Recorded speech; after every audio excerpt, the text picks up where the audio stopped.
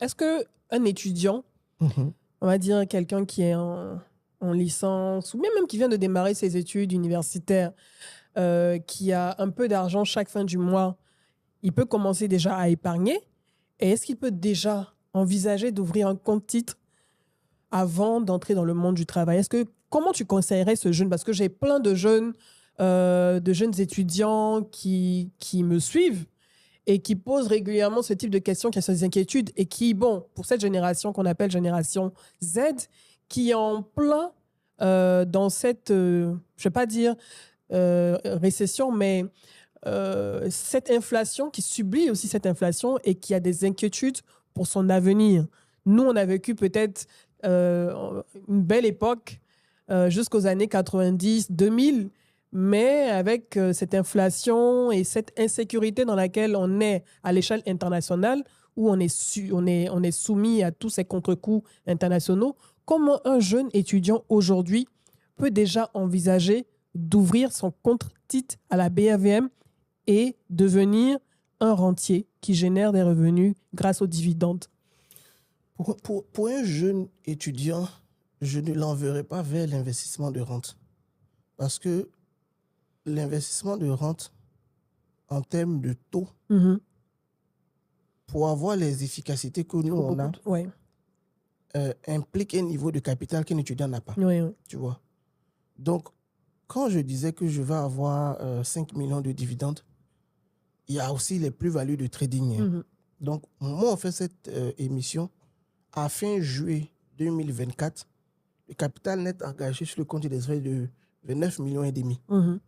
Donc, on ne fait pas 5 millions, on ne fait pas X millions de dividendes avec 100 000 ou avec 200 000. On n'est pas possible, c'est inimaginable. Ce genre de choses-là. Donc, pour un étudiant, moi, je vais prendre la question autrement, sous l'angle de la croissance plutôt.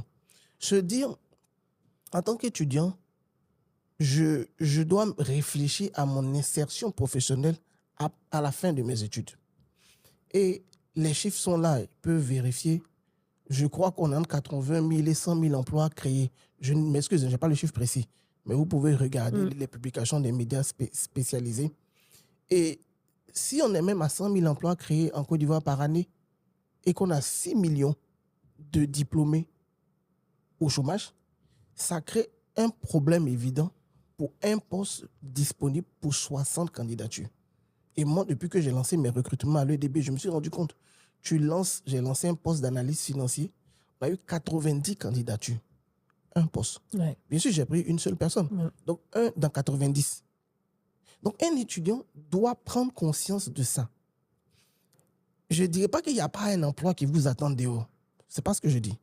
Je dis, le pays dans lequel on est crée hypothétiquement 100 000 emplois, vous êtes 6 millions. Donc, vous devez avoir une vraie stratégie d'insertion qui, plan A, prend en compte votre formation, les stages, votre profil professionnel et tout ça. Plan B, prend en compte la mise en place d'un projet pour pouvoir me prendre en charge. Donc, l'entrepreneuriat. Donc, c'est-à-dire comprendre que je dois avoir plan A, plan B. Si j'accepte maintenant cette idée de plan A, plan B, je me dis, bon, comment je fais pour avoir les moyens d'exécuter un projet à la fin de mes études? C'est là maintenant que la bourse va intervenir sous l'angle de la stratégie de croissance. Donc, j'ouvre un compte titre, effectivement, avec 100 000, avec 50 000, vous pouvez le faire. On a des SG sur le marché, même avec 50 000, pour vous ouvrir des comptes.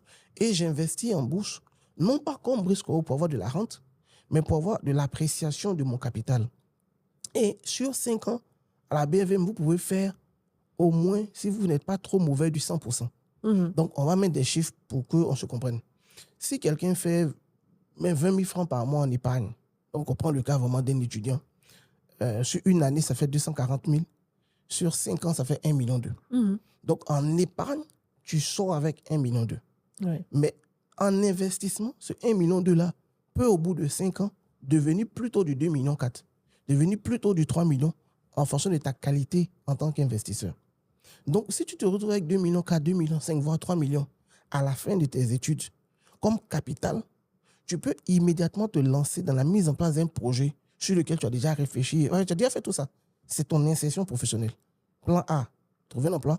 Plan B, exécuter un projet. Donc, tu as déjà ton projet, tout. Tu fais ton parcours normal d'étudiant. Et quand tu finis, tu as ton capital projet 2 millions, 3 millions. Tu exécutes ton projet. Si, gloire à Dieu, le projet marche, tu continues dedans. Si ça ne marche pas, tu auras au moins fait quelque chose en attendant d'avoir un emploi. Donc, pour un étudiant, moi, je prendrais plutôt la question sous cet angle-là. Ouais. Et maintenant, après, se faire accompagner pour savoir qu'est-ce que je peux acheter qui me permettra justement dans 5 ans d'avoir de la croissance pour faire ça.